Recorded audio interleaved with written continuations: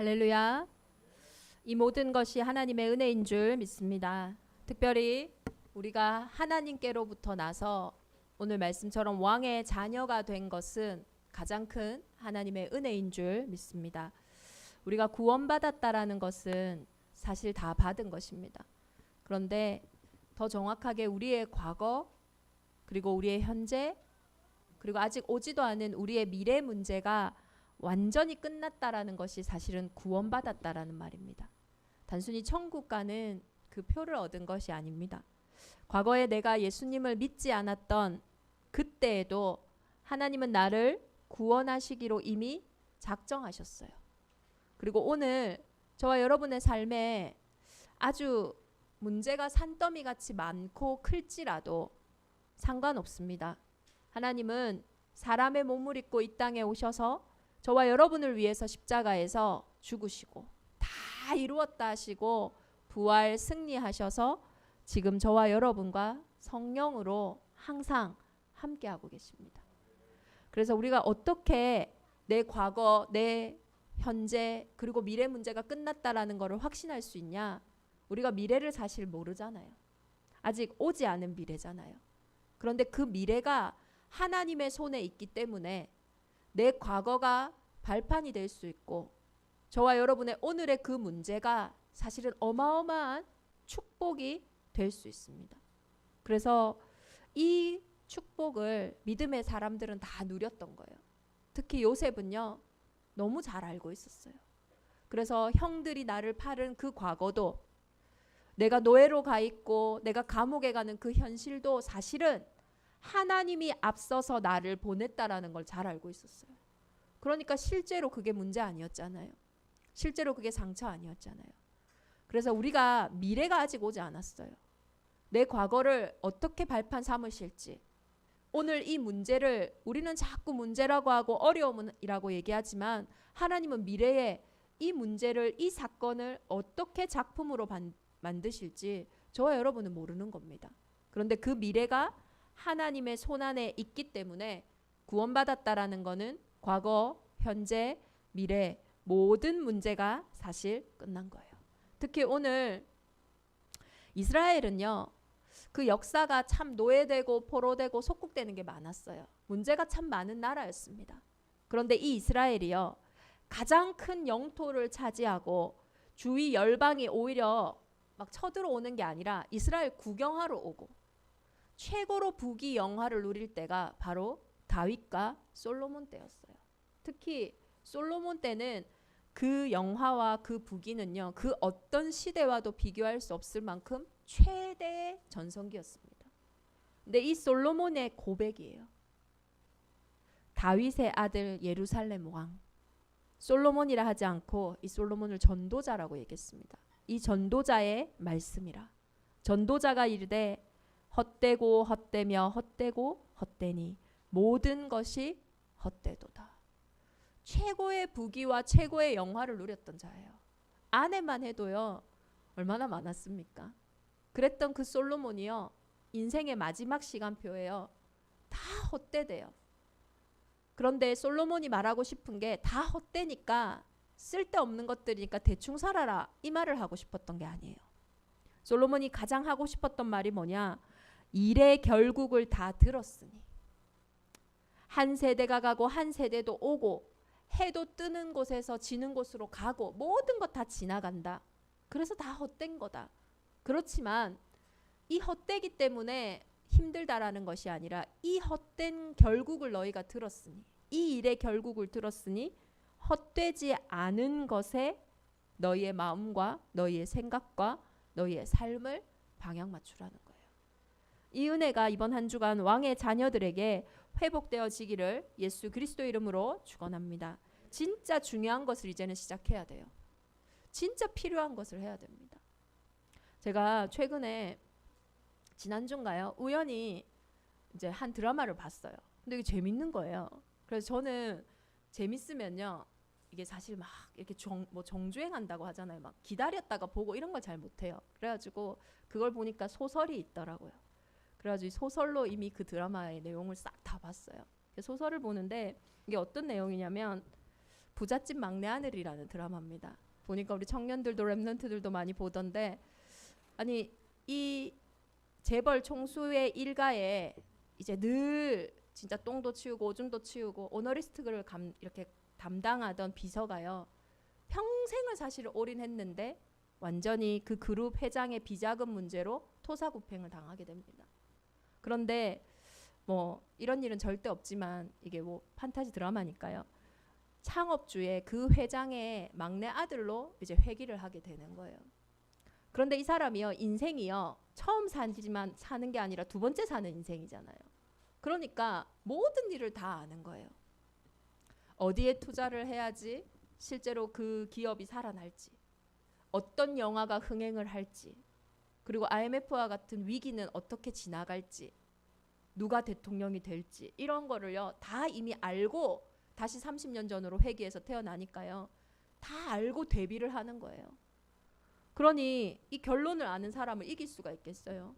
막 애플 막 창업도 하기 전에 찾아가가지고 투자하고, IMF 오기 전에 외화를 완전히 벌어들이고, 대통령이 누가 될지 알고 거기에 막 줄 서고 준비하고 이렇게 하니까요, 이길 수가 없는 거예요. 미래를 아는 자에게는요 문제가 축복이 될 수도 있어요. 미래를 아는 자에게는요 위기가 기회가 됩니다. 그렇다면은 2022년 한 해를 마무리하고 한 해를 시작하는 우리 대적 임마누엘 교회의 이번 한 주간에 우리가 정말로 확인해야 될 미래가 뭡니까? 이사야서 24장에는요 심판의 날이 기록돼 있어요. 그런데 이 심판의 날을 안다는 거는요 무서워하고 두려워하라는 것이 아니에요. 미리 알고 준비할 수 있는 특권이 저와 여러분에게 이미 주어졌다라는 거예요. 이사야서 24장의 심판의 날은요 얼마나 불확실한지 몰라요. 지금 오늘날 우리와도 같아요. 심판이라는 거는요 정말 두려운 일입니다. 사실 올 한 해도요 이번 주에는 수능이 있었잖아요. 근데 이게 수능을 치는 이 수험생들보다도 수험생들이 조금 어려울 것 같아요. 왜 그러냐면 명문대를 다니던 학생들이 다 그만두고 이번에 수능을 다 쳤어요. 왜냐? 너무 시대가 불확실하니까. 예전에는 뭐 서울대 물리학과 이런 때가 제일 인기 좋았지만 지금은 의대, 치대, 약대 다 이런 쪽이잖아요. 그러니까 이번에 다 의학대, 치대 이런 데 가려고 거의 다시 재수하고, 명문대도 딱 그만두고 공부를 다시 시작하더라고요. 대기업을 다니는 부장들도 그만두고 수능을 많이 쳤어요. TV 보니까 할머니, 할아버지들도 시험을 다시 치는 거예요. 그게 좋은 일이 아니라 더 불확실한 시대를 살고 있다라는 거예요. 우리 후대들이 무엇을 해야 될지, 어디를 가야 될지 정말 알 수가 없어요. 이제 정신 문제가요 앞으로 얼마나 끊임없이 발생하냐면요, 부모님들은 자녀 얼굴 보기가 힘들 거예요. 방에서 안 나오니까요. 선생님들은요 학생들 보기가 어려워요. 왜요? 학교를 안 오거든요.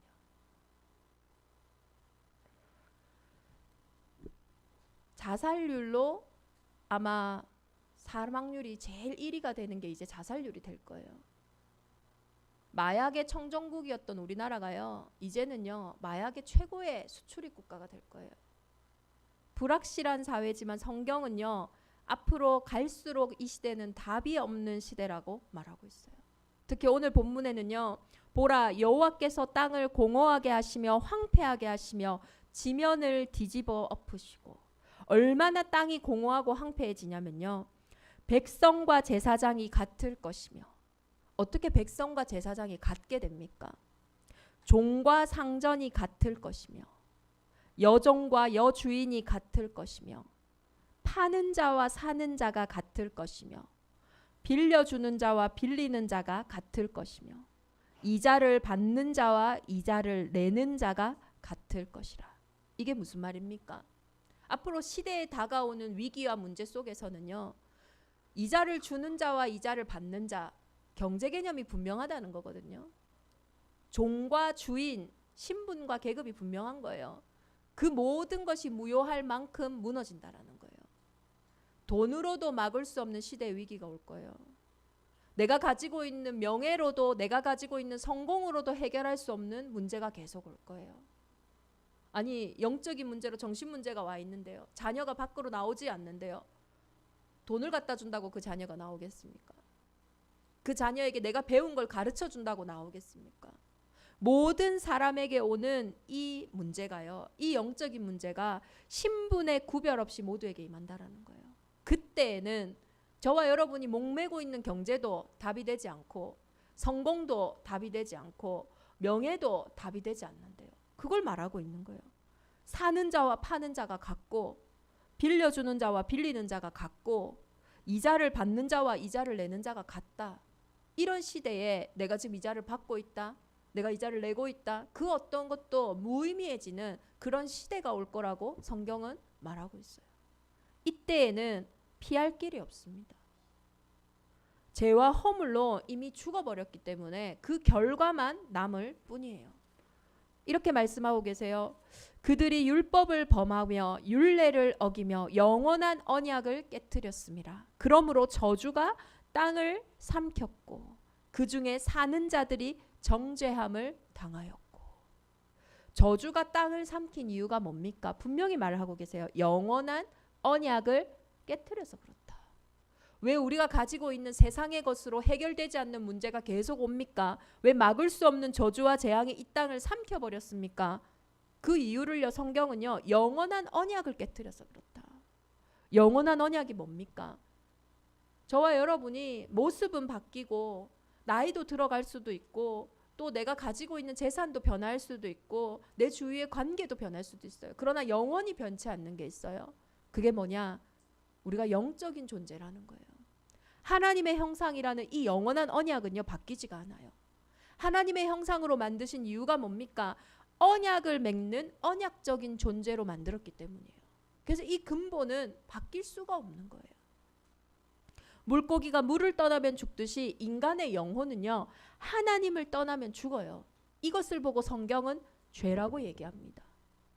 이 죄의 상태가요, 이 성경의 원죄 때문에 우리의 인생에 오는 게 뭡니까? 저주 재앙이거든요.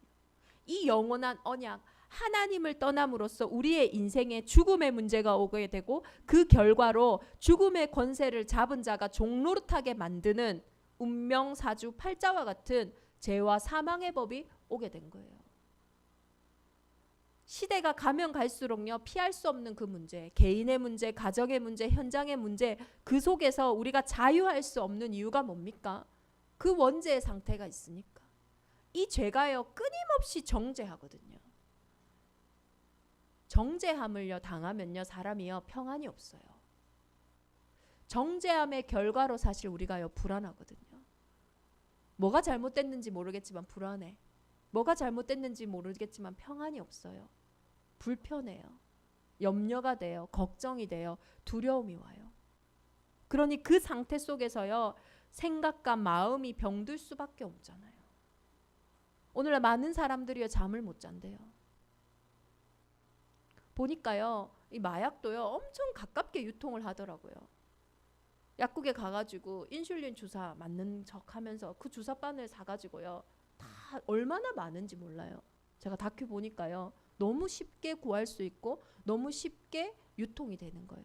그러니요, 청소년들이 지금 마약이 엄청 많이 빠져 있잖아요.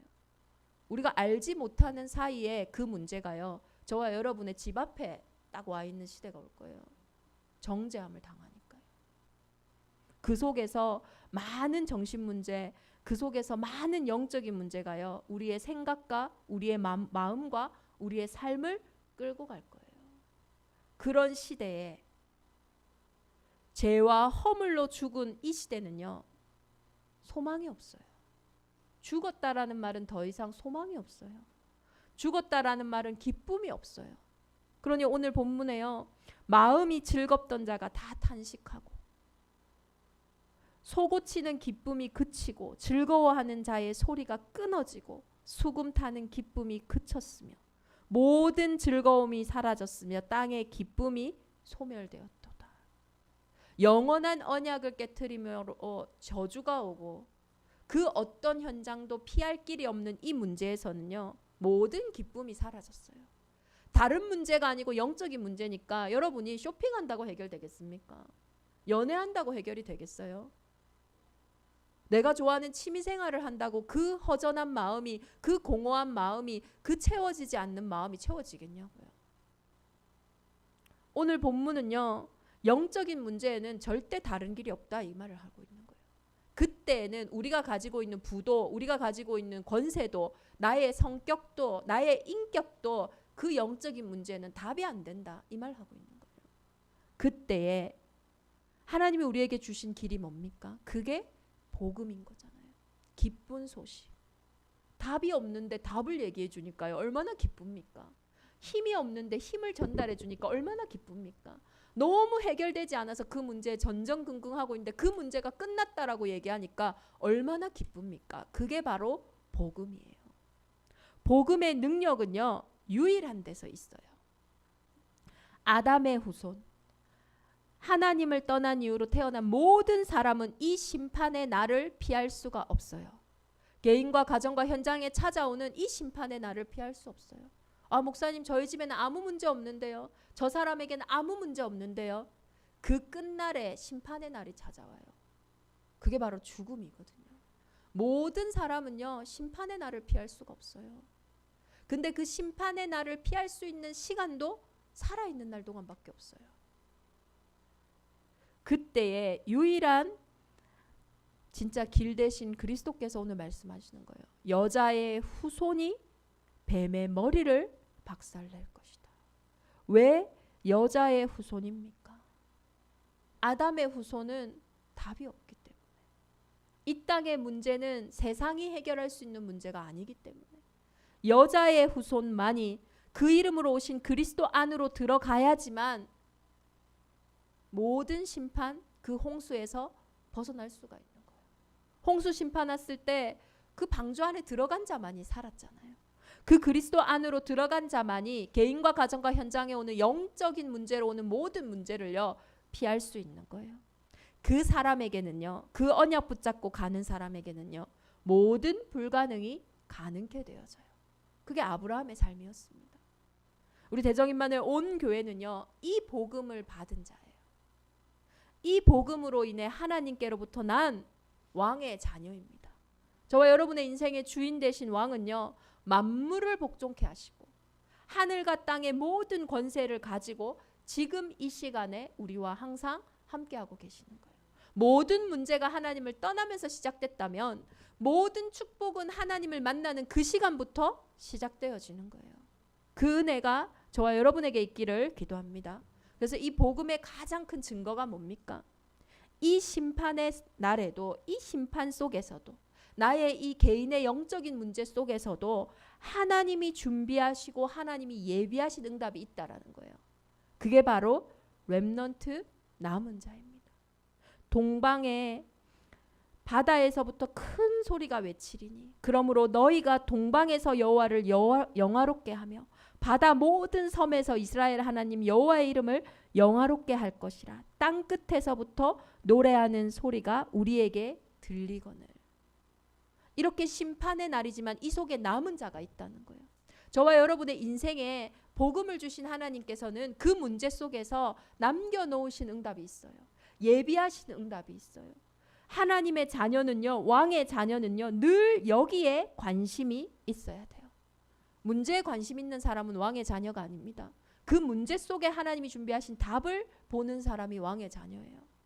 심판에 관심 있는 사람은 심판의 자녀예요. 그 심판 속에서도 하나님이 준비하신 남은 자에 관심이 있어야 돼요. 십자가가 끝이라고 다 얘기했어요.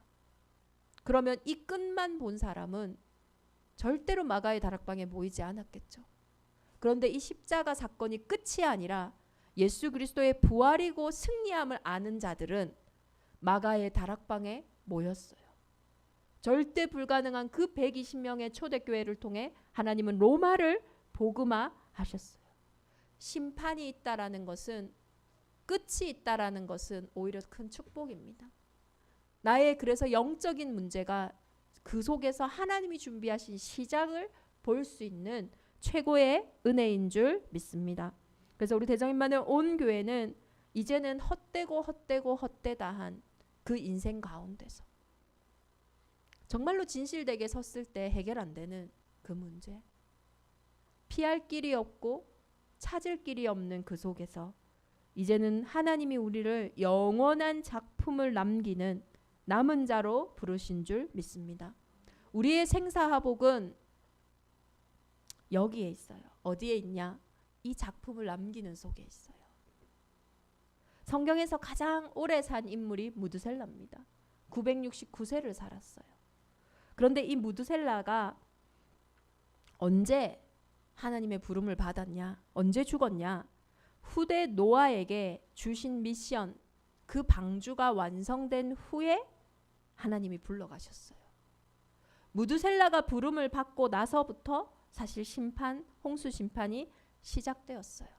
저와 여러분의 인생의 생과 사, 화와 복, 모든 것은 하나님의 손에 있는 줄 믿습니다. 불확실한 시대에 불확실한 것에 얽매이지 않고 일의 결국을 들었으니 이제는 확실한 우리의 인생의 시간표가 그리스도 예수 안에서 발견되어지기를 기도합니다. 그것만 믿고요, 나가면 돼요. 우리가 답을 다 알 필요는 없어요. 믿음의 사람들이 답을 다 알고 왕 앞에 나가고 위기 앞에 나간 게 아니에요. 그들이 알았던 건 딱 한 가지예요. 내가 왕의 자녀라는 거. 그래서 그리 아니하실지라도 상관없고 하나님이 이 왕을 사랑하시고 나를 사랑하신다면 이 시간표에 꼭 필요한 일을 하실 거라는 걸 믿었던 거예요. 그러니 하나님 필요를 따라서 할 말을 주시고 필요 없다면 그 말을 주시지 않았어요. 우리는 이 문제에 대해서 답이 있냐 없냐 그것도 아닙니다. 내가 누구냐? 내가 왕의 자녀이기 때문에 심판의 날에도 하나님이 남겨놓으신 그 심판의 때에도 모든 왕 중의 왕이신 그분이 내 인생의 주인이기 때문에 그 언약 붙잡고 나아가는 겁니다. 조급할 필요도 없어요. 걱정할 필요도 없어요. 오늘 염려는 오늘로 족하다고 했어요. 최고 행복한 왕족들이 되시기를 예수 그리스도 이름으로 축원합니다. 우리 주신 말씀 붙잡고 이 시간 합심으로 함께 기도하겠습니다. 그날에 여호와께서 높은 데에서 높은 군대를 벌하시며 땅에서 땅의 왕들을 벌하시리니 수많은 문제가 있고 수많은 어려움이 있지만 심판의 날에는 그거는 아무것도 답이 되지 못해요. 그러나 그때에 승리하신 그 그리스도께서 이 시간에 저와 여러분과 함께하고 계세요. 영원한 작품을 남기는 너무나 불확실한 이 시대에 미래도 모르겠는 이 시대에 미래의 주인 되신 그분의 자녀로 오늘도 승리하는 참 평안이 있게 하여 주옵소서. 우리 주신 말씀 붙잡고 이 시간 합심으로 함께 기도하겠습니다.